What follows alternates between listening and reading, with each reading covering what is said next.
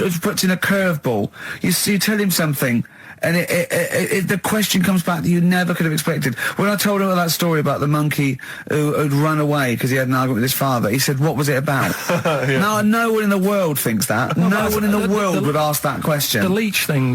Do you know how you said, show the leech the way to its better food, whatever it's eating or whatever, in the maze, right? Yeah. It makes its way, right? It eats the cheese or whatever. Right? Blood, right?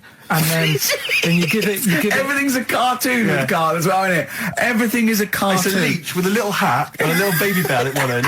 But what happens if you got another one and move the bit of blood, right? So, feed those two leeches to one, then is it going to get confused, or... Do you know what I mean? Which way will it go if it's eaten two leeches that have done two different ways? Yeah. Is it sort of stressed out? I don't know. It probably knows both routes. It probably goes, well, there's one over here. Oh, there's one over here as well. I'm happy. I've had two for the price of one. Right, and I'm full of leeches. Then what's the best that can happen for? What are you talking about? What do you want out of me? Because I'm just saying, if by doing that, they can go, right, we can do this. We're humans. What do you mean? What do you mean in the name of Christ? What do you mean? All I'm saying is, what's the point in doing it? What do you mean? If you could do it with humans, I'd say... What? Right, Carl, think about what you're saying, man. Yeah, I'm saying... If you could do it with humans, do what with humans? Say if Einstein, right, didn't do all that maths that he did, right? Say if he got to E equals and then he died. Squash his brain, give it to someone else, say, right, eat that. And they go, right, it's E equals MC squared, isn't it? What I'm saying is... But they wouldn't. They'd go, E equals... Oh. Wouldn't they? If it was chemical memory, they go, oh, E equals... Oh, yeah, same as Einstein said. Yeah, I just ate his brain. What am I saying? What have you made? Carl, think what you're saying. It's unbelievable. The thing is, right, you are what a scientist does. You just keep saying why, and what, and why, and what. But nothing's ever enough for you, which is good. It's nice to have an insatiable... I get annoyed with all the amount of time and effort that's put into stuff that's useless. What's the next stage to squashing that leech? If it's not going anywhere, forget it, work on something else. It's the same way in some science magazine I was reading about, is he anything smaller than a quantum electron or something? Yeah. It's like, if it's not getting in the way, don't worry about it. Why are they worrying about things we can't see? If you blended up Carl's brain and fed it to someone, would it make any difference? They wouldn't even notice, would they? You fed it to a leech, and the leech would go, oh, I don't know what I was doing. I don't know what... Where was I going? I'm even more confused. I don't know. Foo Fighters, Best of You on XFM 104.9. All right, Carl, you calm down now about science. It just does me head in, a lot of this stuff. I think I would have been better off sort of growing up in the 1940s or something. Why? Well, there isn't as much science going on. People just live, don't they, for the moment. So you know what I mean? But what if you'd had to go to war? What? All right, maybe 1945, then I'd be happier.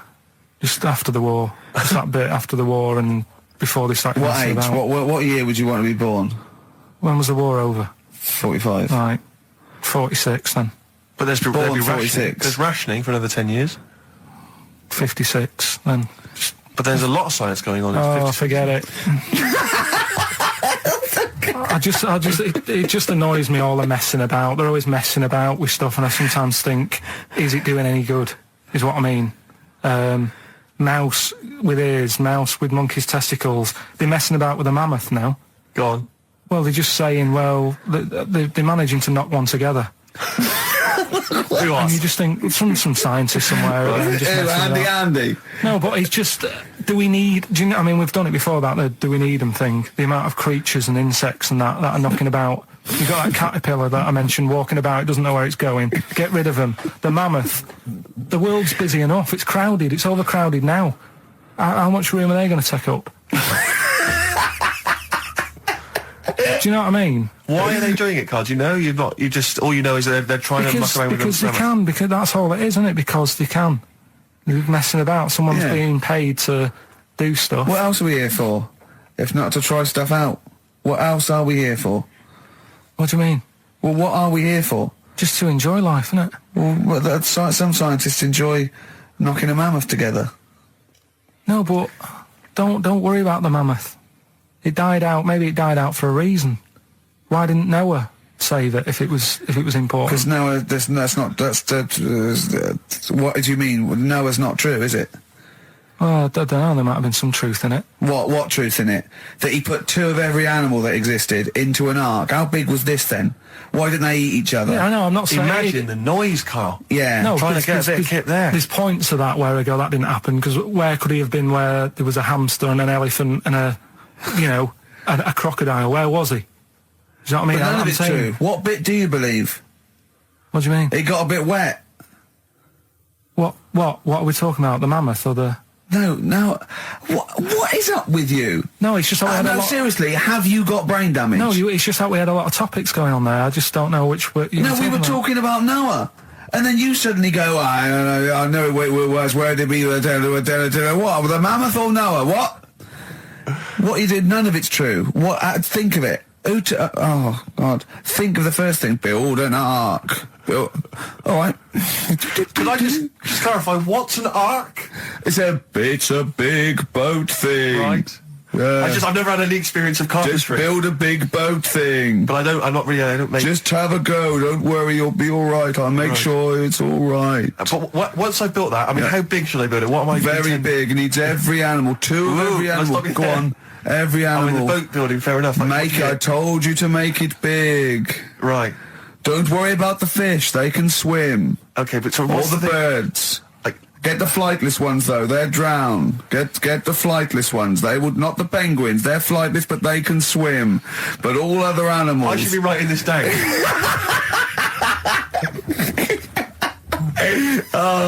Why? I mean, wouldn't you have took that opportunity to go, right?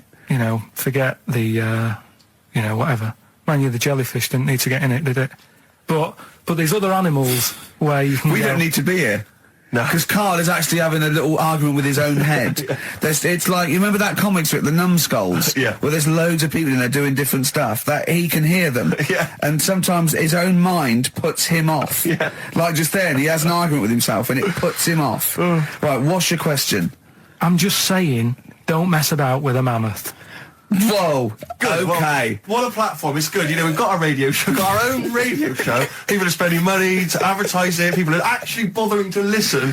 And the words of wisdom coming out of your mouth is don't mess around with a mammoth. Brilliant. Great. No, but just going back to... You sound just like Bob Geldof. I can't be bothered with this. He's trying to say... What can't you be bothered with?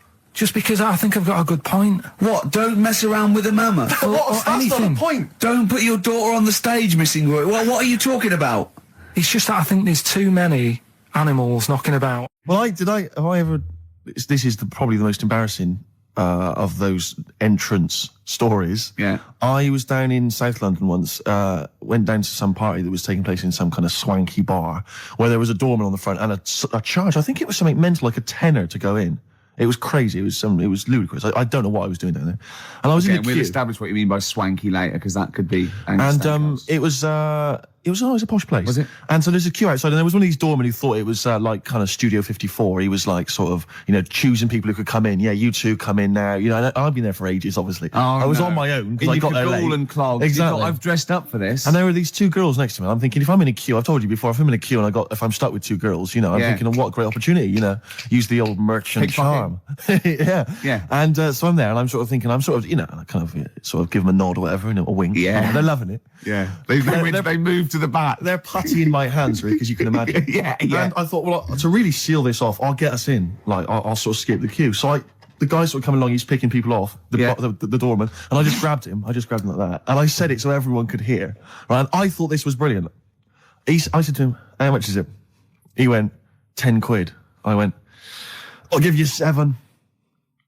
That was my bribe. I'll give you 7. That's the whole £3. No, that can't be right. No. He must have said a £5, and I said I'll give you 7. Yeah, that makes more sense, doesn't it? That's giving him a £2 incentive. A £2 incentive. I'll give you 7. You can make up the 10. Exactly. You can, if you let me in, you can put in 3 yourself, mate. That never works, does it? He said to me. I can't be bothered. I'm just gonna have a kip, I think. I'm so tired. Was it percentages that put you off? That frazzled me initially. I mean, it's a funny anecdote when you're giving him £2. Yeah. It's even funnier when you're getting him when to he's put up paying stuff. me as well. Oh, I love it. Right, we're gonna play a record, then we're really gonna concentrate. XFM 104.9, Ricky Gervais Show. Steve Merchant's also involved. Go to bed now. Oh, he's in Heat next week, Steve. Right. Yeah. They've put a picture of him. They could do the grab off the DVD, and he's behind the scenes, and he's got his little picture in Heat, and he hates it, don't you? Well, I'm a bit annoyed because I didn't want it in. Why are you worried? Just don't want people Knowing what you look I like. look like and that. Why? Were you on the DVD? Yeah, but It's to public domain. Anyone can take it off there and put it on the paper now. but that's extras on a DVD, and I'm just thinking not that many people. If they watch it, they won't take it in, stuff like that. What are you worried about then?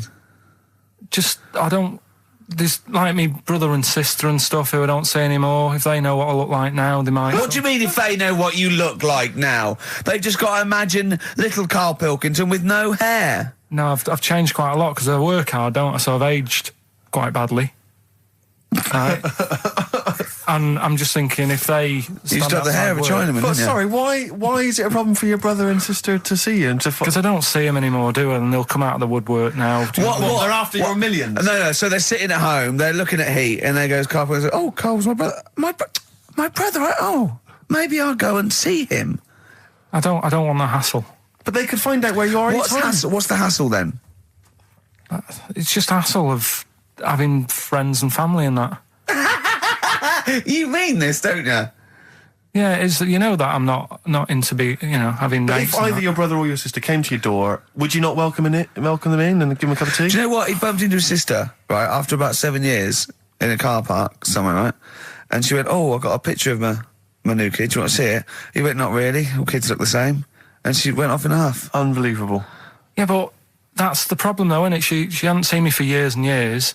That's the way I am. I'm not like being rude or anything. I'm just says what comes in my head. Oh, don't give me that. Don't do that. I'm not rude. It's what comes in me head. That's a rubbish excuse. Not know rude. me, know my ways. Yeah.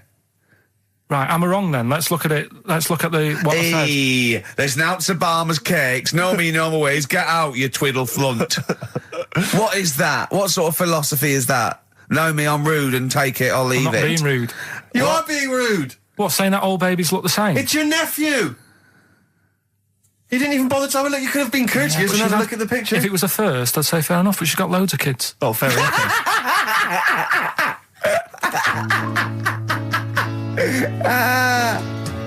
What kind of woman is she? David Bowie, Lady Stardust from Ziggy Stardust and the Spiders from Mars. I went to see him Tuesday. I know you went to see him Wednesday, Steve. I mean, obviously I'm a mental fan, but I think objectively that was one of the best shows I've ever seen. Yeah, it was brilliant. He's got the best band in the world. He played all the hits. It was an amazing show. The sound was incredible. Do you know what I mean? Well, his voice as well. I think people don't realise how incredible his voice is. It was absolutely soulful is the word I'd use. Brilliant. Yeah, it was absolutely brilliant. You don't care, do you, Karl? We don't care about this. You never really go to gigs, do you, Karl? The live music experience is not something you enjoy. Can be all right. Go on. I heard that someone else who went to the Bowie thing said that he sort of messed with the songs a bit, which would annoy me. No, he didn't. Not really. Hardly at all. He said when they did Life on Mars, instead of saying something about just the tune of it, he messed with it so it wasn't the same. That would annoy me. What would you do? Get up and leave? But I mean, we're not talking Bob Dylan or Sinatra. He ad-libbed a little bit, I suppose, and it's his song, but it was totally faithful. He was singing the songs. What do you mean? Well, it's just don't mess with stuff. It's like if you went to see Titanic and then the boat didn't have a crash, you'd go, what are they doing? It's like, oh, I fancy messing with it. Well, he That's what I didn't. mean, Well, don't I'll tell you, he didn't mess with it. Relatively speaking, he did not mess with the songs. They were brilliant renditions. That would be a hell of a film, though, where Titanic gets to New York. Absolutely fine. Oh, Karl. But, you're amazing. It's because I work here, though, and there's a lot of gigs going on all the time, and then you get to a point when, you just go, get a bit fed up with that. Well, when was the last time you went to a live experience? Well, I've been to gigs, but the one that springs to mind probably is when I first sort of tried a gig out, and it wasn't a music one. It was Bottom. Do you know with Bottom the live thing with Rick Mail and Equanimity? Yeah, in Manchester. When was that? Years ago, because it was in Manchester in about, I don't know, 87, 88 or something, and I was set up for a blind date. Right, this a mate of mine sort of set me up to see this. What? girl. So you said let's go to Bottom? Well, I didn't tell her. I just said meet us at the Apollo. I bet she was over the moon, wasn't she? Met her there. Said right. Romantic. Going to see some middle-aged men run round in pants. Brilliant. Well, it's good. It's one of them things that afterwards you've got something to talk about, haven't you, and stuff. Yeah. So was it a good gig? Yeah, it was all right. Sort of bought some April fruits and that at the start of the night. Yeah. I think she liked that. And then we watched Bottom. Then afterwards had a bit of a chat. And then... You didn't see her again, I take it? I would have done, right, because she was all right looking and everything. Yeah. But when we were chatting, she said she had a problem with a marrow What? and that. She what? She had a problem with a marrow. She had a problem with her marrow? Yeah. You mean her bone marrow? Yeah. Oh, I thought you meant she had one stuck of her fanny. No, just a... Thanks for that, Rick. That's an image I can't get out of my head. No, I wondered what... Oh, I see, a marrow. I thought you meant a marrow. Her marrow. And is that serious, that? I just was put off it because I thought... if you I think it's more serious than the problem with a marrow. Yeah, I mean... with a marrow and that. It's an idea if you're bored with butt I plugs. love it. I love it. Everything he says is like someone from Kes. It was just that thing that... because, You didn't want to go out with a girl who might be ill in some way.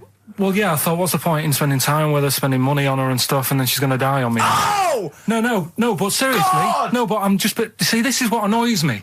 You asked me to be honest, but I'm just saying, what's the point in me getting upset and stuff? No, but it's not the... It was the one thing he said, what's the point in spending money on her if she's going to die anyway? You've got to realise that's not a normal thing to say. No, but what's the point in getting to really like to know, knowing someone and thinking, oh, she's really nice, I want to spend my life with her. It's good that she told me when she did. Carl! What, during Bottom? This is the most amazing thing you've ever said. Steve, don't you understand what I'm saying? But no, because what? Well, firstly, it's the assumption that she's going to drop dead, and you're going to think, well, I just bought her some April fruits, I'm livid. I don't know what it means when you got a problem with a marrow and that, but she looked pretty serious when she was talking about it. So I was like, oh. Christ almighty. I don't understand what's so bad about that. Play a record. Right, redeem yourself. Have you got the film thing you're in? Right, yeah, I'm in a film. It's Pulp Fiction this week. Right. Changed it a little bit, tweaked the storyline a little bit. Okay. It's just To make it better, yeah. It's just do you know how I've talked about Suzanne's hair and that? Yeah. About when she got it cut, didn't like it and that. Yeah. So it's sort of about that. Listen to it, there'll be a question at the end. You can win some good stuff. Yeah, well. Right? So, and this is the scene where they're in the restaurant, do you know, when they're about to do the robbery. Yeah, play So it. it's not a restaurant, I've changed that, it's the barber's. Right. All right? Okay. All right. God. There you go then. Is there going to be a question after this? Yeah. Okay. Right. Girlfriend came in here earlier. Had a haircut. I'm not happy with it. Look at the state of that. Well, don't laugh. Yeah. I mean, I don't want to cause any fuss, but just want you to sort it out. Afraid I can't do that. Well, you can do that because it looks a mess. Look, my friend, this is just where you and I differ. Well, you've got to do something because look at it. When she came through the front door at home, I thought Dave Hill out Slade had walked in. Funny, I was thinking the same thing. Look, I don't want to cause any problems or anything. She hasn't even seen it properly yet. She sort of had it cut and came straight home and didn't look at it. Suzanne, just look in that mirror. Look what they've done to your head. God damn it, what is it? Suzanne! No! We're not gonna do anything stupid, are we? I'm the manager here. There's no problem. What do you mean it's not a problem? Look at the state of her hair. Be calm, cooperate, and this will all be over in a minute. I'm gonna go home. No, we're not going anywhere until they've sorted your hair out. I'm not walking home with you with your hair like that. It's embarrassing. So let's just get it. You die. No, forget having it dye. Just get it cut. Colour's not a problem. Just sort it out. Just get rid of. Let's see what we can do. Right. Good. Look at it. Look at the state of it. I'm trying real hard. Suzanne, just keep your head still there so you can... Just hang in there, baby. You're doing great. I'm proud of you. Just sort that bit out there. Just cut that.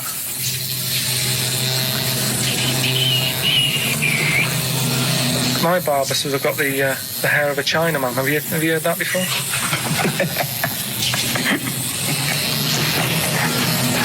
Oh, man. What? What's so funny about that? Is it serious or what? Freaking me out. If my answers frighten you, you should cease asking scary questions. It's almost over. There you go. No, it's not brilliant, but that'll have to do, won't it? I reckon we'll have to buy her a hat on the way home. Yeah, that's probably a good idea. Do you think Suzanne's listening? It's alright, isn't it? I like the fact that in that she's represented with a sort of dimwit southern accent. Yeah. Your girlfriend. So I'm sure she'll have appreciated that. All right, It was nice, yeah. It was a nice... I don't know what kind of copyright infringements that was made. Yeah. Well, All right, well, the question is, what did I say is odd about my hair? odd about your hair? Yeah. Yeah. Oh, well, All yeah. right. Fans of the show will know that already, I'm sure. Yeah, so email in, ricky.gervais@xfm.co.uk or, just email, actually. Yeah. Bored? Right? I'd say, well, I'll stay at home. Yeah. And that's the point I'm getting at. Yeah. Right? If you can't do anything for them, let them enjoy their life. Yeah, a Rubik's Cube. Right. Well, me and Carl went out, right? With me and Jane, Carl and Johnny and Gigi, wasn't it? Gigi, Is it important who went? No. Okay. But we're walking down the street. Carl was there, though, and he can back me up on this. We had a curry. We were walking back, and this little funny homeless fella, didn't he? Mm. He, I got to tell it before I go, didn't he? Yes. He came up to me, right? And he recognised it. And he came up to me and he went, he said, I've just nicked 5 of your DVDs from HMV. And he shook my hand. He was so happy with it. And I went, right, excellent. He went, all I do is I just swing the bag over the top. Like that when I'm going out, and he had a bag full of DVDs, didn't he? And he was so pleased to tell me that he'd stolen. That great. He said they're going like hotcakes. Yeah, he said they're going up. Of course they are. Yeah, you're nicking them. Yeah. I know. We get paid for them, though, don't we? So not the stolen ones? Don't we? No. What do you mean? Did you sign them for him? I know you would, you idiot. What, so he just nicked 5... Yeah. Well, Yeah. Did you say he was homeless, was he? Well, I don't know, maybe. No. Surely, how would he have seen the show? He'd just walked past Curry's one morning. Dixon's. Yeah. That's any idea. Seen a trailer for it. I thought, interesting. I don't know if he was homeless. I didn't go into his home Sure. life. He But, shook his hand, though, and... but he made Carl look smart. Do you know what I mean? So, how does he sell them? Where does he sell them? Does he go to people and go, do you want an Office DVD? They're not nicked. yeah. £4. Yeah, exactly. Are these stolen? No. No. They've still got the tags on them. Well, it's like those people who, those cab drivers that you'll meet at sort of 3 a.m. who've just got a car, Yeah. and just went out with a car, Yeah. and just I'll pick people up and charge them. Yeah. I got in one once. I said to him, the guy just pulled up. I said, he said I was in like East London. I'm going back to North London. I said, going to Swiss Cottage. He went, sure, hop in. We set off. He went, do you know the way? I said, well, not really, no. I thought you'd know the way. You're in a cabbie. And he went, no, don't really know the way there. I said, have you got an A to Z? He went, no. I thought, well, if you're going to go out just on the, just winging it as a cab driver, Yeah. 2 things. Take a map and a torch. He didn't have Yeah. either. He said, well, I'll probably get to Camden. I said, well, I'll direct you from there. Drove on for about 5 minutes, making conversation. About 5 minutes later, he went, do you know the way to Camden? I thought you knew the way to Camden. I don't really know the way. I thought I did. Oh. It was Let me out. £4. Exactly. And that's, I don't know who's got that sort of time on their hands that they just think it's 3 a.m. I'm at a loose end. I think I'll go out doing a bit of cabbing. Wow. Yeah. Because your dad was a cabbie, wasn't he? Yeah, he was, yeah. Couldn't stand it, but it's good money. He was he wasn't like a chancer, though. What was he doing when he put that little Forrest Gump in a weedy bin? That was part of the cab company thing. They had to do like a charity event once a year, and he did it one year. Never asked him again. Tell the story again. I'd rather not, because we got a few sort of complaints about it. Why? Why did you get complaints about it? Because he put a kid in a bin, and it's not the thing to do. So, but we could use it as a sort of sobering lesson for people. Yeah, tell it like a you shouldn't do it. Nah, yeah, but that's how I did it last time. But people still didn't like it. All the stuff I tell you, we don't take the mickey out of people on purpose. No. It's real life, innit? And that goes on in life. Yeah. My dad was saying that in hospital, though. Do you know how he was in hospital? Yeah. He did some jokes about old people and that. And he said, at the end of the day, if something makes you laugh, it's funny. And if it makes you laugh, you can't help laughing, can you? Do you know what I mean? So, what are you meant to do? And laughing's good for you. Yeah. So... But being laughed at isn't as good for you, is it? No, but there's probably more people laughing at one person, so if you balance it out, there's only one person who's upset and there's a bunch of people laughing. So it's genius. Give me an example of that. Give me an example. Well, for instance, Karl Pilkington as he talks and the people listening. Yeah.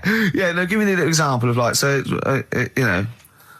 can't, because again, that's what I'm saying. I can't tell you the story because there might be someone out there who... This person might even be listening and think, I forgot about that and you brought it all back to me. So I'd prefer to leave it, but I think people know... Why did he put him in the bin in the first place? Because he was getting out of hand. What was he doing, though? You see, I can't explain. You can, don't be silly. I prefer to leave it, honestly. What was he doing? Was he annoying him? He was annoying my dad and the other people in the cab. Right. And he thought, how can I deal with this before it gets too out of hand? Yeah. He pulled over and put the lad in a wheelie bin. I'm going to burst. So we'll leave that. Some people emailed in the songs with stories in it. One of them was Babushka. And he went, what's that? And I went, that's Katie Bush. I went, what is it? I said, it's about a woman who dresses up as another woman to introduce her husband. He went, they wouldn't work. Just dismissed it like that. Why do you think it would work? Because you'd know. I mean, say like, right, Suzanne, right, who I go out with, right? She can see me from, say, if I'm coming down the high street. Yeah. She knows it's me by the way I walk. Right. So just the fact that this woman went and put a wig on, there is no... You haven't even heard the song! I know, but you're saying that she put a disguise on and he's like, oh, I fancy her, and he takes her out and he doesn't know it's his missus. You're not buying it. I mean, I'm controlling this. Whereas the flea with your brain going to Glasgow, perfect sense. Yeah, Babushka, rabbit. Because it's going to be Karl's special night tomorrow. You excited, Karl? Oh yeah. Oh, this is me and Steve, because we were nominated, we get a guest for the BAFTA Awards. And it doesn't say guest; it actually says partner. So I'm taking my partner, and Steve's taking Karl. Yeah. But what Karl doesn't realise is, you will have to pretend you're his partner, otherwise you wouldn't be able we'll have to hold hands when we go on the red carpet. Is this really your partner? It's not just a guest. That's how it is. And either we go in like that or we can't get in. You just have to be with him when you go up there. I mean, does he have to... We should hold hands, but I think what we should do is just to make sure that there's nothing at all that it's going to go wrong, we should just do a little kiss. Just like, or be seen sort of like cheek to cheek, just to show them that, you're not, he's like not Elton John and David he's not just Finnick. getting his mates in for a free meal. You are actually partners. No, I'm not up for that. Why not? Well, because we know we're not actually gay. No, but so it's not a problem. You've come out of it looking quite good because you've got a good-looking fella. But I'm meant to look like, I mean, I'm not gay, but if I was, I don't think I'd go for your thing. Oh, he's done you, Steve. It's turned on you again. I cannot believe we were trying to get him. Wait a minute. I have got the cream of London's totty phoning me up, trying to get an invite to the BAFTAs, right? We have very graciously asked you if you would like to come along. Well, that worries me even more, that you've got women calling you up. Karl, I can't choose between them. If I let one of them down, they're gonna destroy them. They'll be ruined. Their lives will be ruined. It's better for me to take you and not, ruin the lives of any of those poor women. When he told them he was taking you, it was like a scene from Graceland. There was just like there was weeping. They were crying. Like it was horrible. Hundreds of them, and really? He just went. And I got upset. He just had to say, "Look, just chill out, bitches," didn't you? I did. I just said, you're all my hoes, but I can't choose between you. So I'm taking Karl. You know, he could get you a discount frocks. No, I had a letter from the people that there's an organisation. No, listen, Karl. There's an organisation that sponsors the BAFTA Awards in terms of clothes and fashion. They sent me a letter. They said your partner. They've not specified the sex. They've said your partner can come along and choose an outfit. Now I suspect, by the look of it, it is a woman's outfitters. I'm thinking we could get you a lovely trouser suit. Well, it may look feminine, right? But I think people will be fooled. It'd just be a little bit roomy in the hip and probably narrow on the shoulders, but you're a bit skinny. Why didn't you take it? Because it's a lot of an insult. And maybe just some pearls as well. Be lovely. Wouldn't you? I haven't got anything sorted to wear yet. See, you're slagging me off. You're likely to end up going in a tracksuit. Yeah. I'm going out today. I've never bought a suit since I was like 11, right? I went to my brother's wedding. That's the last time I wore a suit. No, but it's like how when I went to the BAFTAs with you and I wasn't really enjoying it, you were like... What? No, you didn't tell us this. Ungrateful. There are so many people. You're like a little charity case. You're like... Oh, God. I had chicks queuing up around the block. You'd usually have to. Someone like you would have to write to Jim or Fix It or Esther Ranson to get them to meet us sort of people. And now it's on your doorstep. I'm amazed that you didn't enjoy it. Why didn't you enjoy it? You got to walk down the red carpet. You went in. There was George Best, one of your footballing heroes, was there. A load of other big names. You sat there in a prime position. You came backstage with a load of other big names. Hey, you had a lovely bit of grub. You were filming this thing for the DVD you were making. That's you, a cameraman on our DVD. And yet you think, now you look grumpy because you had a couple of pints and I can't believe it. So tell us why you didn't enjoy it, because the ceremony, what didn't you enjoy about that? It was interminable, wasn't it? Far too long. Wasn't it awful? 3 boring. hours. I'm sorry. I thought you were going to say something. Really? Sorry. 3 hours. Yeah. I mean, I suppose for you two, at least, you were going to get something. Sure. Yeah. But with me, it's like, I mean, I've never graduated or anything, so... Have you not? I'm trying to think of a situation. Basically, I sat there for 3 hours knowing that I'm not going to get anything out of the night. Yeah. Right? Now... when we invited you and you said yes, did you think you were up for an award? No. I thought we were going to be sat round tables having a nice bit of food whilst people are going up there winning awards. But 3 hours of the same thing over and over again. I mean, if a film's 3 hours in the cinema, you go, well, it's long, but, I wonder how it's going to end. Yeah. But this was just like the same thing over and over again. Some guy going up, thanks a lot, cheers for the bit of brass. And then going down, sitting down, the same thing over and over again. Honestly, right, I'd say it was one of the worst things I've ever had to do. I enjoyed the night afterwards when we did have a bit of lamb and a nice bit of veg and that. That was all right, and I went home and I was happy, and I got the little freebie bag that you're talking about that we're giving away. Yeah. Which wasn't much good stuff in it. Oh, all right. Right. No, what would you have done on that Saturday night? Suzanne what would you have done or the Sunday night rather? What would you have done had you been at home? I would have stayed in with Suzanne, right? Watching telly, having a nice bit of pate on toast or something, cup of tea, watching 24. But instead, I had to buy an expensive suit, so I didn't show you up. Right? Yeah. How much did you spend on your suit? Well, in total, right, because, the shoes and the suit and the shirt and the tie, it was about 600 quid. That's the most expensive evening ever. And that's what I'm saying to you. And the daft thing is, it's dark in there. I don't know why you've got to wear a nice suit. You can't wear a tracksuit, for goodness sake. It's dark in there. No, just the shirt and that. It doesn't make you a better person wearing a suit. No, doesn't make you a better person, no. We're not claiming it made you a better person. No, but that annoyed me. Yeah. I mean, it was an experience, isn't it? That's why I went, because you think, if I didn't go, if I would have said to you when you invited me, no, Steve, I don't want to go, then I would have never known, right? Yeah.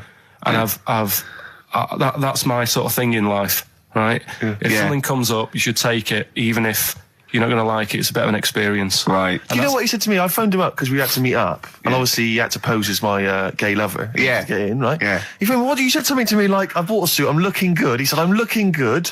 People will think, how on earth did he end up with that good-looking guy? So he got into the role. That was what he said to me. He started getting into it. Such an insight. Play a record. I just must say that we've had an email from Daryl Foss. Lots of people have emailed in and say, well done on the BAFTAs and well done on your Room 101. They really liked that. Thank you. There's one guy, and it's Daryl says, Ricky, has your dad only got one D-Mob suit? Because I don't know if you noticed that Ricky wears the same suit every single time he appears on TV because he spent a fortune on it getting it tailor-made. I've only got one. It's a good suit and I he wears it all the time. And it's winter as well. It's like a pure wool, so I'm sweating everywhere I go. Anyway, usually it's too much cheese. I won't be buying another. Huh? I won't be buying another one. Ever. Yeah, that's it. Yeah. Suzanne told me today, right, because I've handed it in today to have the trousers turned up a bit. Why? Because it was a bit of a bodge job for the night. Yeah. Right. It was just some pins sort of holding it up the other night, but you didn't notice, and I didn't tell you because I thought you'd be getting on the stage and saying, "Look at that freak over there with his pants hemmed up." But I took it to the place to get it done. Suzanne tells me that I'm going to start shrinking now and getting to that age where you start going smaller. I know that must have been a revelation to you and a worry. Like, how small do you get? How small do you get? Oh, Right, what are we playing now? I thought we'd have a bit of Marley music. Marley music. Oh, Okay, go on. If These Old Walls Could Speak by Jimmy Webb. Might play another track off that later if we've got time. What, today? Yeah, well, maybe, or maybe next week. We've got lots to pack in. We've got things like New Order, Cure. Oh, I'm just hoping that all those kind of new metal fans, Rick, can just calm down for a second, you know, Yeah. and just enjoy that for what it was. yeah. I hope their snobbery is not going to prevent them from enjoying I it. hope they can just leave it alone for 2 hours for our show. Because Exactly. we try and, try and pack lots of Well, whilst stuff you're in. talking about new metal, can I just say Ian Camfield is here tonight. He's What? moving from Fridays. Right, what the hell does he think he's doing? He's just offering up information now. No, it's just that you were talking about the new metalers, and now seems like a good time to Carl, say- listen, you're here for our amusement. Yeah. You don't sort of come in any time you want. When we decide it's time to sort of have some fun at your expense, then we'll let you know, but Yeah. otherwise... We're not here to help other DJs or even this station. We don't give a about this. See, this is what my girlfriend said. What's that? We should listen to her.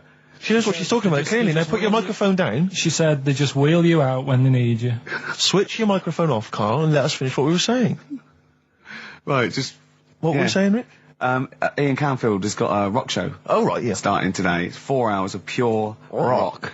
Yeah, he's probably here smoking, drinking Jack Daniels, and just like having pictures of Vance put up around him to get in the mood. Then he'd go out and rock.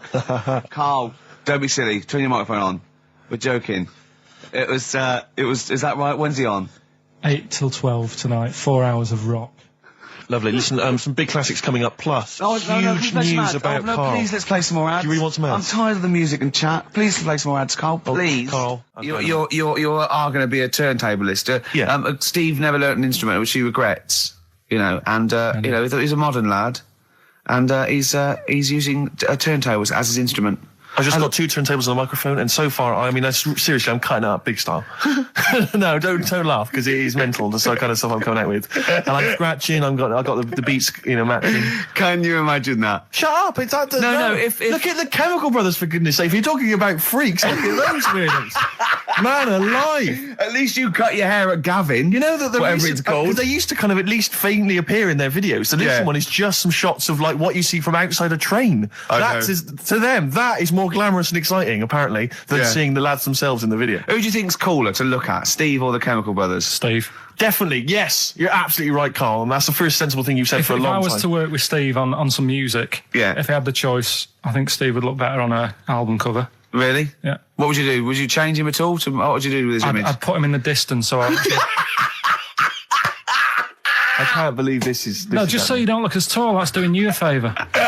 I was on this is true, I was on the tube, right, coming in to meet Gervais the other day, and I was wearing a suit, and my mobile phone slipped out of my pocket, and it landed on the seat, and I didn't realise this, and as I was about to get off, some bloke who was sat there like an old guy, he picked up the phone, he went, "Oi, Lanky, you dropped your mobile phone."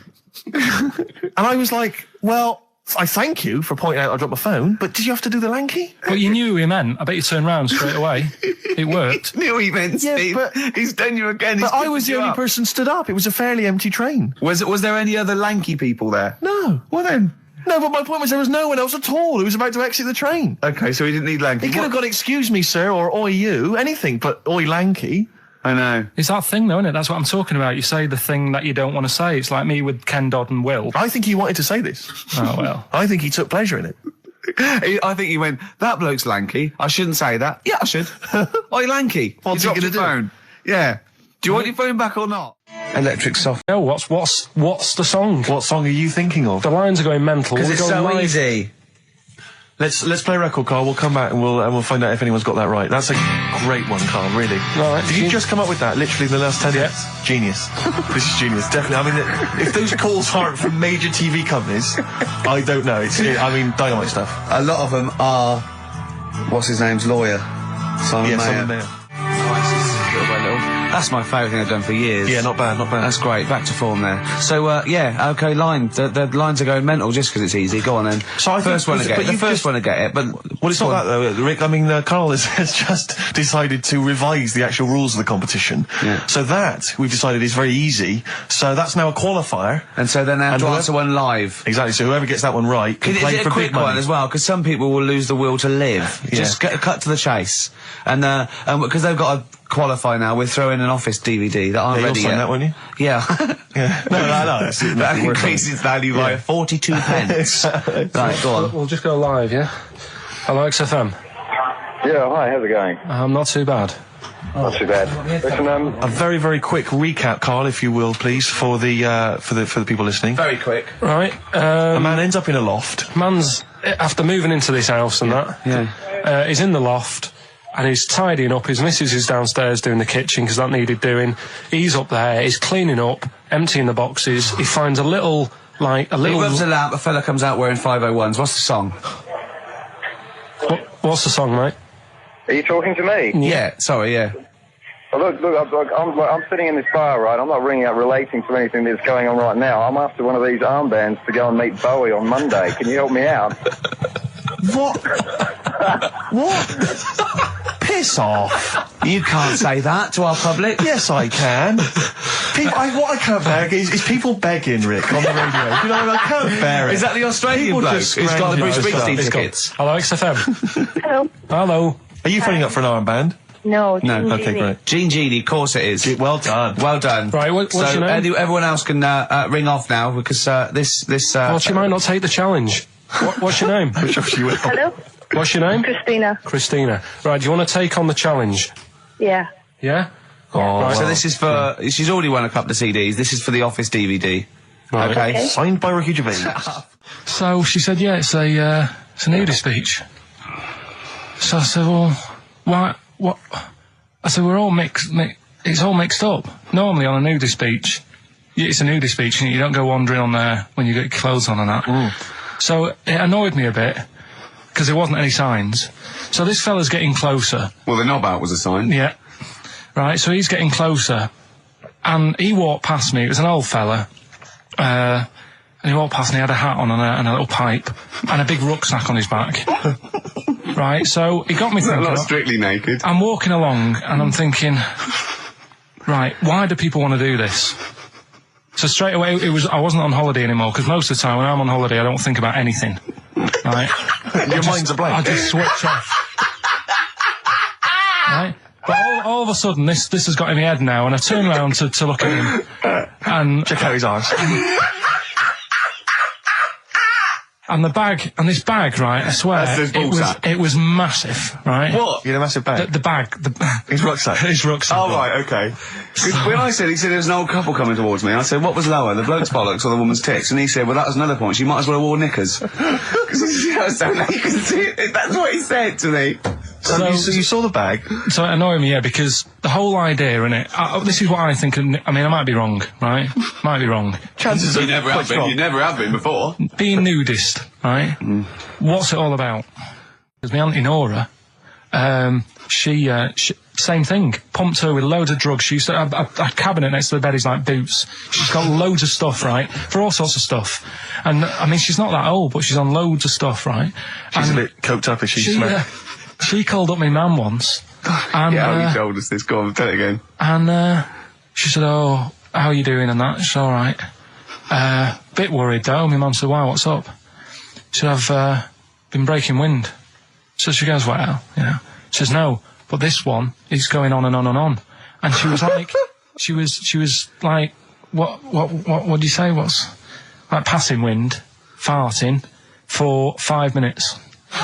one thing, not like, you know, trumping and then nothing. Yeah. Continuous drone of a fart. I'm eating. Hey? I'm eating. So am I. Carl, you have to carry on. Right, yeah. We're all eating. Crisps, food crisps. So last week, you were playing your feature, that song, I Shouldn't Switch Off Because I'm Enjoying the Story. Yeah. And we played Living for the City, only you played the single mix, which doesn't have the entire second act, if you will. Yeah. So, Carl, you've not heard it before. I've never heard it before. You're excited to hear the second act, because as far as you're aware, there was a young guy, he's living with his family, they're fairly impoverished in Mississippi, but, you know, they're happy, they're getting on all right. But you're not even aware that he's moving to the big city. No, it just fades out. Well, that's the city in question. I mean, I've liked this song for, must be, you know, 3 or 4 years, and I've always listened to the single version. I had no idea that I didn't know the full story. So, yeah. It's not, I mean, I know your attention to detail, you like to know the full story, like, where everything was. Well, the whole idea of the feature is to say, you know, you've got to listen to the song. Where was the lead plate thing? Where was the lead plate thing? That was like a few years back. Where was it? In Britain and Scotland. Yeah. It was a problem all over the world. They had to deal with it. You're making it up now. Is it something you saw in Lord of the Rings? Yeah. Right. So anyway. Yeah. So the Lion and the Witch, go on. Go on. So far then, what did we learn in this story from We Stevie learned so Wonder? far from Stevie that there's a young lad, he's, as I say, he's got a family, he's fairly happy, except they're very poor, and they struggle to get by, but they're happy and they're doing it anyway. He's moving to the big city. Carl, this is the bit you didn't realise. Just play the track. Okay, here we go. So this is halfway through. This is now, halfway through the tune now. This is, you've not heard this before, have you? Let's go. Sorry, I accidentally played an episode of Kojak. By mistake. We were going to play a song. Carl, what did you make of that then? Yeah, what's happening there then? Eh? He was living with his family, he was fairly impoverished. He went He's on a moved bus. to Was the that new... a bus he was on, was it? Right, so what's your take on it, Carl? After hearing that, what I've worked out by it, the first part that we heard last week, everything's alright, but it's not that great living in Mississippi, right? So he goes, I'm going to go to New York. There's plenty of work there. Yeah. They'll sort of accept me as, you know, and everything. So he goes there, and the weird thing is, he's hardly, like, been in New York for a second. He gets on a bus, all of a sudden some cop is arresting him. He's like, what's going on? And then he's got 10 years. I mean, what you can't hear, because the levels are quite bad. I mean, I work with sound. I can't really hear what's going on. You're criticising Stevie Wonder, I'm sort of guessing that he didn't pay his bus fare or something. And 10 years. He got 10 years for that. I really don't know what was going on. And the last one. God, that one. That's terrible. That's terrible. Okay, quickly. Oh, God. And the last one is that bloke who does... Come on! It's making me laugh. Come on, Carl. Be professional. Right, the last one. Right. I can't do it, it's making me laugh. Oh, come on, I'll come and read them then. No, hang on. Come on, Carl. Right, here we go. They don't do this on Blockbusters on TV, do they? No, come on. That bloke who does sport on telly. He's got a little kid, right? Initials DC.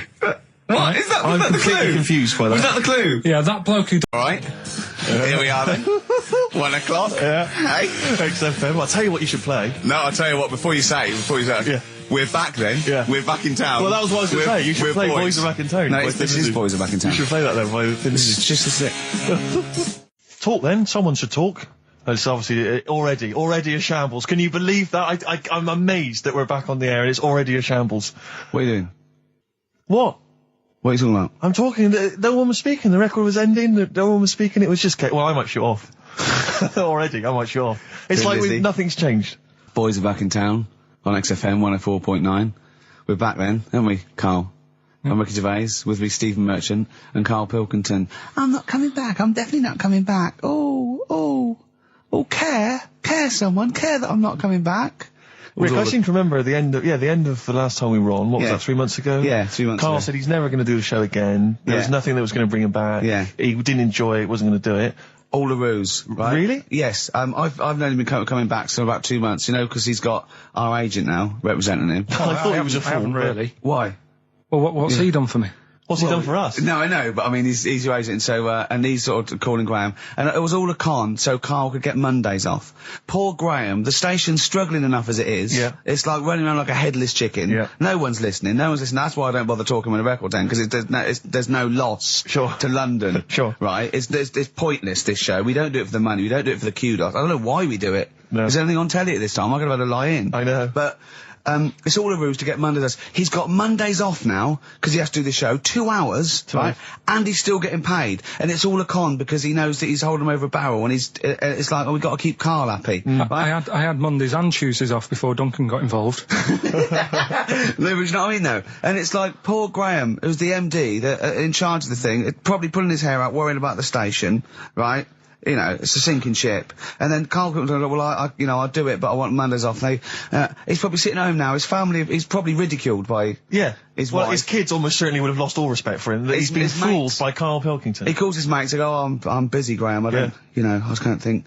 It's embarrassing. But do you know what I mean? And you think it's funny, and you think you've got one over him. He's going, Monday's off for 2 hours. Yeah, you do. You think, and now you're embarrassed. We've said it on air. But you're only conning yourself in the long run. Because, do you know what I mean? I hate that sort of, the world owes me a living, what can I get out of the world? What are you going to give back to the world, Carl? What are you doing now then? Are you going to prepare Mondays? What have you prepared for this show now? You've had 3 months to prepare. Yeah. What have you got? What have you got for us? Okay, what's happened in the last 3 months? What? In this place or just my life? Well, what have you got for us? 3 months, we're turning about, you get Mondays off, you're getting paid for it, you've got a cushy deal, you're having a laugh, you're taking the piss out of the management, right? So, what have you got for us? Give it to us. I've kind of, updated Rockbusters a bit. Right, brilliant. Yeah. Right, so, and you said don't mess with it. If something's good, don't mess with it. What do you mean it wasn't good? It was never good. It was never good. No, of course we had good. to fix it. It was fun to do. It was a laugh. I mean, I imagine it was much more fun for me than the 450 listeners. You know what I mean? I enjoyed it. I enjoyed squeezing your head and dressing you up. No, but that's just it. When I had a meeting with Graham, right, I said, look, I'm not being funny. I don't want to do it anymore. Yeah. I've had enough of it. Yeah. And he was like, oh, what's up with you? You sounds like you have a right good laugh. I said, yeah, but that's all good acting and stuff. I said, it's hell in there. I said, like he's talking about Vietnam. Yeah. I said, having my head squoze, right? What? Squoze is still not a word. We've been away 3 months. It's still not a word. Right. Yeah. I said he's putting a dustbin lid on my head. Yeah. You told this to the MD. He's hitting me with a tray. Yeah. He's chucking toilet paper at me. Yeah. And he said, yeah, but that's all over 2 years. I said, no, that was the same day. So, okay then, what has changed in 3 months? They're listening, they've been listening for 6 minutes now. Come on, give us something. Bit of Nickelback. What's happened in 3 days? Play a record and let them 3 months? What, in my life or in here? Nothing's happened here, nothing's changed here. Right. But, I don't know, do you know last time we were on? Yeah. Right? And, I was telling you about the woman over the road, where I live. The one that walked around naked? There's a woman who walks about the flat naked, This right? is when Carl was watching a woman naked, then she looked at... saw him looking, so what he did, this is the genius he did to get out of this, he pulled his pants down, so he was naked too. His girlfriend comes in and goes, Carl, what are you doing? He went, I can't tell you now, but don't look out of the window. Yeah, go on, sorry. That woman, she's bought some blinds.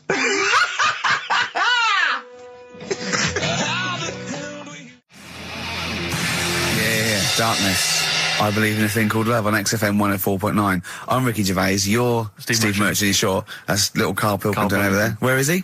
There he is. There he is, yeah. All right. Yeah. Hey. Back together again. The old gang. Yeah, it started last week. Yeah, I think triumphant return. I think it went well last week, didn't it, Karl? Good show, wasn't it? You loved it, didn't you, Karl? Brilliant, right? Yeah? Yeah. Now, you weren't speaking to Suzanne last week at this time because you said she had a haircut, probably quite an expensive haircut. She's a lady in media.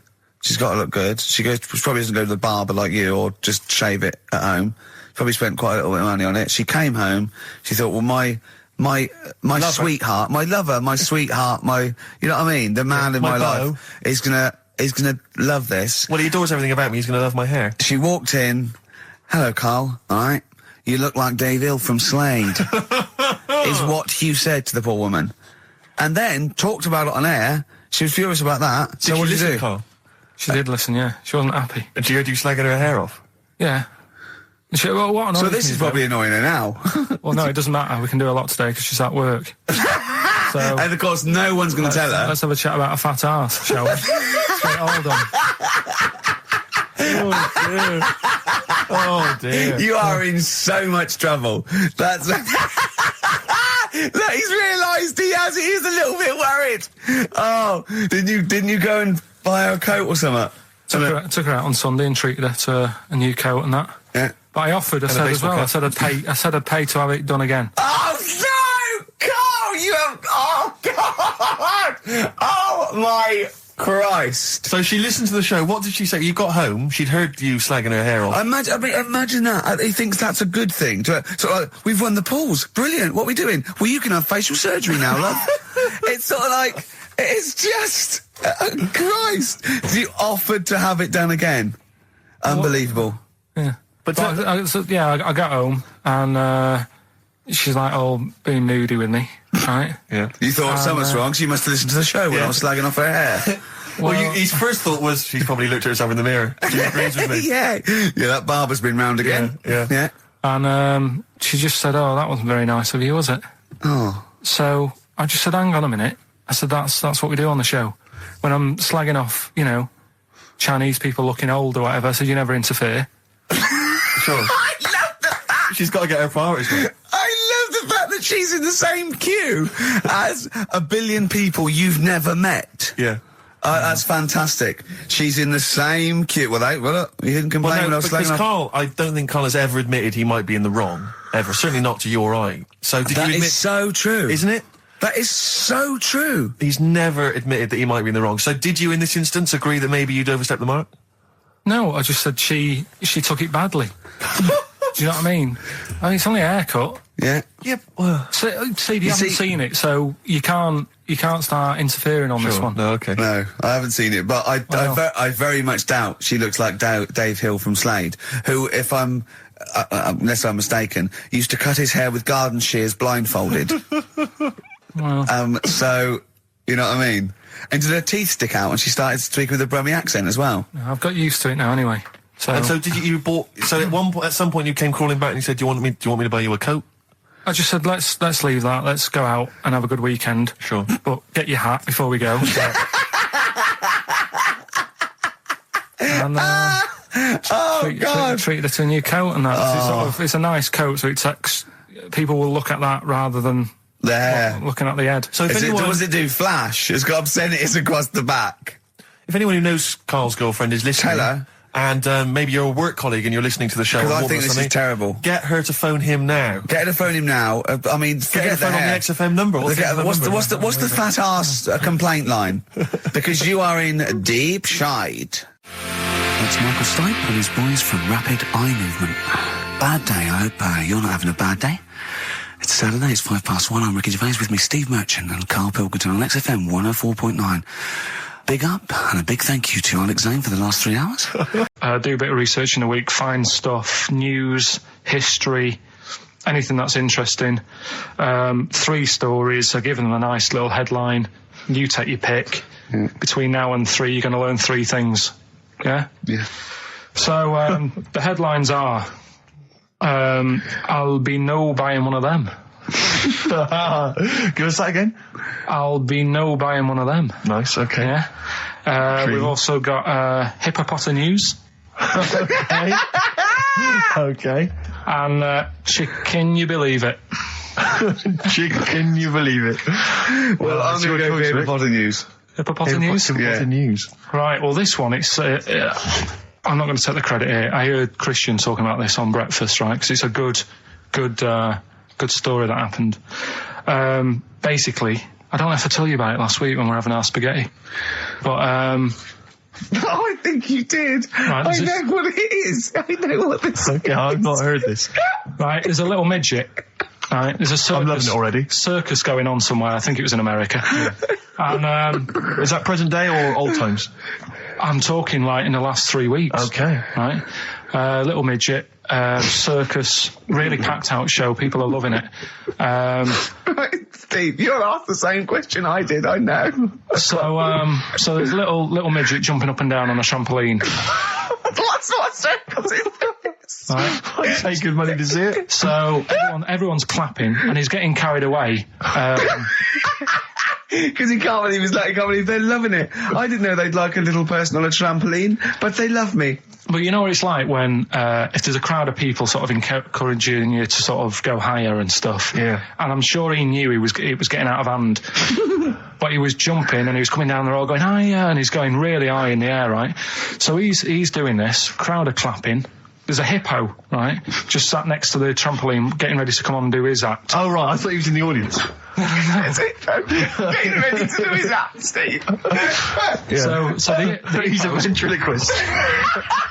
What do you mean he's sitting by the trampoline waiting to do his act? Because why do they sit in the dressing room and they go, 5 minutes, Mr. Muss, 5 minutes, Mr. Muss. So anyway, right, so the hippo's there. He's getting annoyed, is he? Because the midget's He's going, how can I follow this? This is really annoying. They're going to be, no. So he's thinking, he's already done the trampoline, my pogo stick act is never going to work. Yeah, go on. So there's a hippo waiting. See, it's a great story, and I just know he embellishes it or it gets slightly wrong. Go on.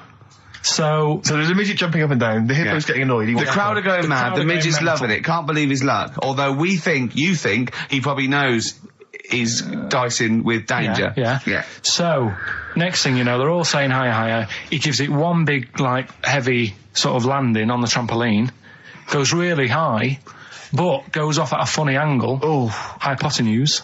Okay. Yeah. And sort of flies up. Hypotenuse! Sure. Flies off at a funny angle. Oh, dear. Hippo's there, swallows him whole. Crowd are clapping, thinking that's why the hippo was waiting there. Rubbish. Rubbish. It's not rubbish, though. But no, maybe there was an accident in a circus with a midget and a hippo, but at no point was this hippo waiting to go on, going, come on. The midget flew off at hypotenuse and landed in the hippo's mouth and was swallowed whole. This is what you embellish it. That is great. And what's I that? have to say, though, Rick, when I heard midget, trampoline, hippopotamus, I was thinking accident waiting to happen. Yeah. So... Yeah, maybe. I mean, it is that you should never put those three together. Never. It's a recipe for disaster. Everyone knows that. Midget, trampoline, hippopotamus. Are you mental? You're asking for trouble. Well, you know when he told me it, he said, and the midget, he didn't mention the hippopotamus, and he said the midget went on, and soon he fell off, and the hippo ate him. And I said, sorry, what was the hippo doing there? He went, it's a circus. I've never heard of a circus having a hippo. What do hippos do? What can they do? You can't train them, can you? What do you... Aren't they, like, very deadly? They're huge, aren't they? You can't have a hippo in a circus. are you sure? You're not thinking of Zippo? He's neither kind. Yeah. No, and it wasn't some sort of where Zippo was eating a midget, and it's some sort of horrible sexual act. No, it was definitely. I heard it on breakfast, right? Oh, okay, sorry. No, it's definitely fact. Yeah, okay, right, okay, good. Gervais with me, Steve and Karl. R.E.M., Night Swimming, beautiful song, brilliant band.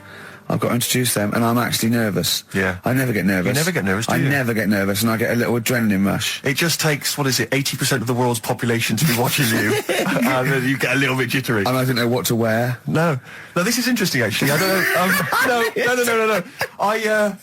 For a moment there, I was thinking maybe Ricky's got to pop home first before he goes down to bring on the band. But if you are watching it, or if you're there, obviously not there, if you were there you wouldn't be listening to this, but if you're watching it on TV, do check Ricky out, because how do you describe that particular look? Ricky's wearing sweatpants. I assume they're sweatpants. They're not pyjama bottoms, are they? They're sweatpants. They're sort of... And you've got just a white t-shirt, cheap and plain white t-shirt. Yeah. And basically Ricky is wearing... It's like he's made so little effort. The only way he could have made less effort was if he wasn't wearing any clothes. If he was just wearing his underpants that he slept in. But he's actually bothered to put on a t-shirt and a pair of sweatpants and some trainers. Yeah, well... Jonathan Ross is going to probably be wearing a suit, one of his, expensive suits or whatever. And, but he won't be as comfortable as me. Well, true. Did it not occur to you for a moment to maybe make slightly more of an effort? Perhaps put on a jacket? That jacket looks silly with tracksuit bottoms. Well, again, you could have changed the tracksuit bottoms. I mean, they're a mainstay of the outfit, are they? It's like they're not changing for anything. Yeah. I've got very little things that I haven't got a drawstring or elasticated waistband. No, sure. I don't want to be bothering with buttons and zips and hooks. There's going to come a point, isn't there, where you're just going to wear, I don't know, smocks.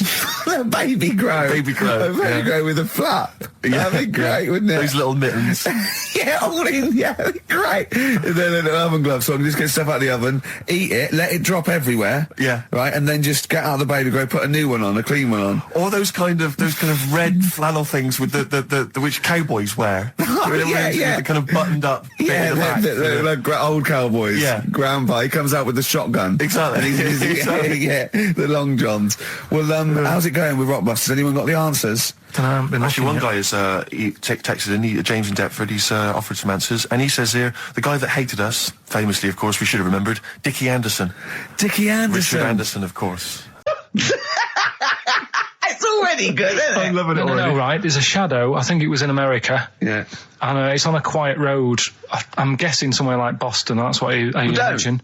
Okay. Right? No. Somewhere like Boston, and people at night used to see this shadow moving about, and they'd go, what's that? Right? And it got known, the town, the little local town got known for this shadow, but it didn't cause any problems. What are you talking about? Well, it was Just you lost me. What are you talking about? Do you know, like, some places get famous, like Scotland's got the Loch Ness Monster and that, but it doesn't cause any. Yeah. But it doesn't cause any problems. It doesn't exist. Go on. Right? So there's this shadow walking about on the road. What do you mean? No, what's he again? Rubbish. Right? So he's walking Nonsense. about. Where did you read this? Where did you He's see walking this? about. This was on the internet, and I'm sure. Sorry. Sorry. Right. I thought it was shite. I didn't know it was on the internet. Right. So this shadow is moving about, and Independently of an object. yeah, and the local mayor and that is like, yeah, it's a bit weird, but it's not harming anyone. The mayor involved. Was he elected to that post? Hey, mayor, we got a problem down here. Seems like a shadow. Well, it's not causing any. No, it's just causing any problems. Yeah, go on. But that's the thing. It was left for years, and then it did start causing problems. I see, that's it. If you leave these shadows to go unchecked, Rick, they go crazy. Yeah. You let them run amok in the city. Yeah. You've got to stand What around did it do? on What did it Roman do? shadows. What did the shadow do? It was pushing people off the bikes. It was what? It was pushing people off the bikes. Oh, I'll find out more for that next week. Right, that'll tease them. you're a maniac. We'll do more on that. We haven't had time for educating. Please never have children. Right, listen. You are Just promise me now you'll never have kids. Okay. It's not his fault. Let me have it's not his fault. You got to save this. This has got to teach me something. It'll be an interesting story. Right, it's not his fault. This fella. Yeah. What year? Ages ago? Olden times? I'd say in the 70s. Okay. Would you? Any evidence for that? And Does he wear flares in the story? Right. Is that your reason? no, it's a bit like Yuri Geller, this fella, right? Where he's electric. He's electric. And if he walks past the telly would fizz. Uh-huh. If he walked past the radio, it all goes like that. Ooh. His hair stuck up all the time. And he'd be having a bath and everything would be all right, and then the power would sort of switch on in his body, and the electric in his body made him jump out of the bath. So... What do you mean so? What is that so? What does that so mean? You've given us nothing. You've given us nothing. You'd have to at least give us the scientific explanation. Yeah. Electric eels have 400 volts in them. Oh, is this the running away again? What was that one called? Yeah, but It's not his vault. But there's a reason not his fault. It's not his fault. I thought it was going to be something about I think we should do these the other way round. I think you should tell us the story and then we'll hear the pun. It's not his fault. It's not his fault. Right, let's leave it. Play a tune. Forget it. Educating Ricky. Doing it.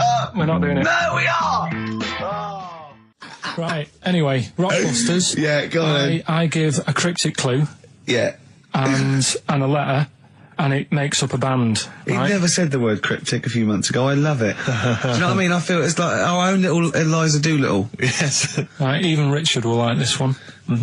Here we go then. First one. There's three of them, and you email in. If this doesn't turn Dickie round, nothing will. This is an email-only competition. Email only. Right, here's the first one.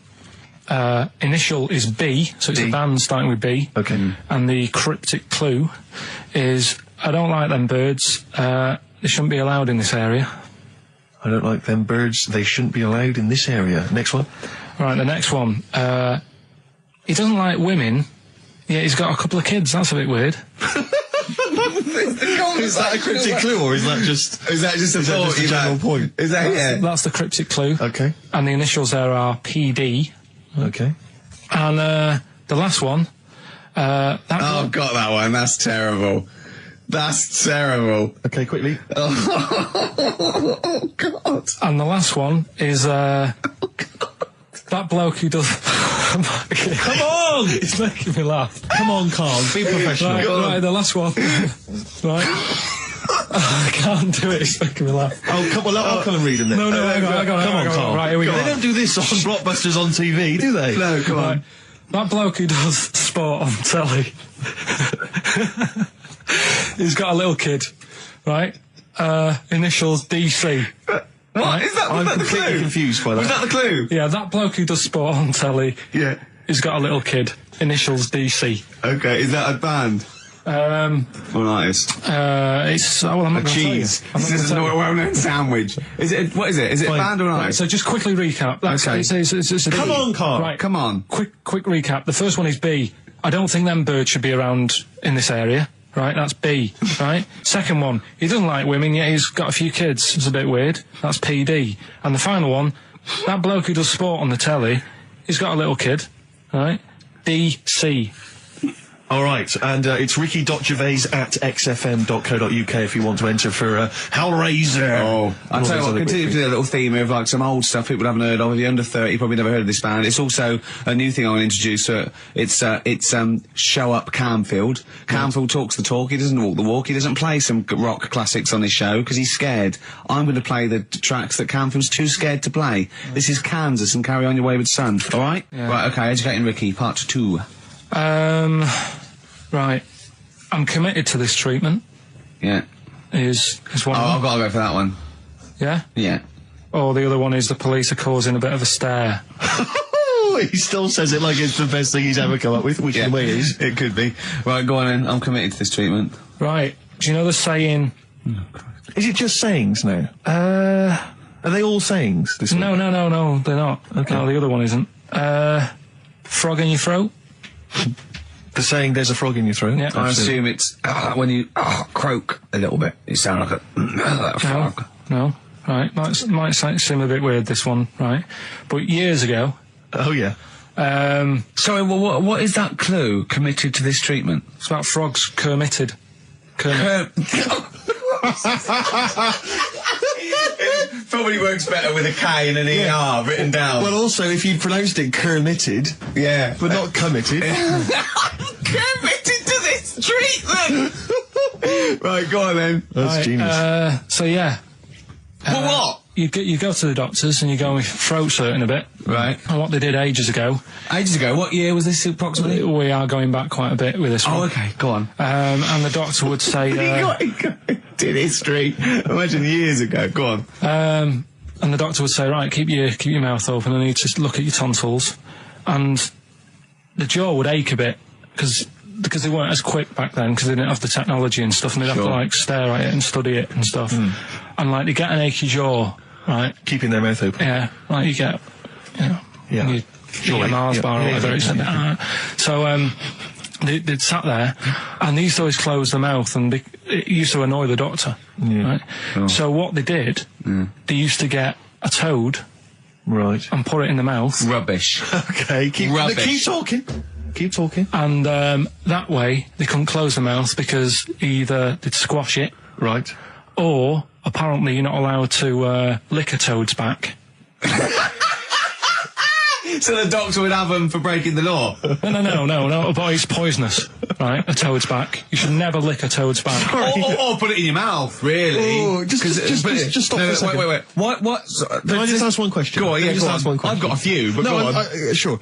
My initial thought is, it sounds like a brilliant bit of sort of medical knowledge there. It's a great idea. Yeah. My only thought is, how does the doctor see past the toad? Yeah. Your tonsils? What's he actually looking at with the mouth open? Surely the toad is Isn't in it the like way. hopping around in the way? It didn't say. Sorry, and my first question is, was this on the internet? Yeah. Yeah, okay. Carl, that is bollocks. That is, I mean...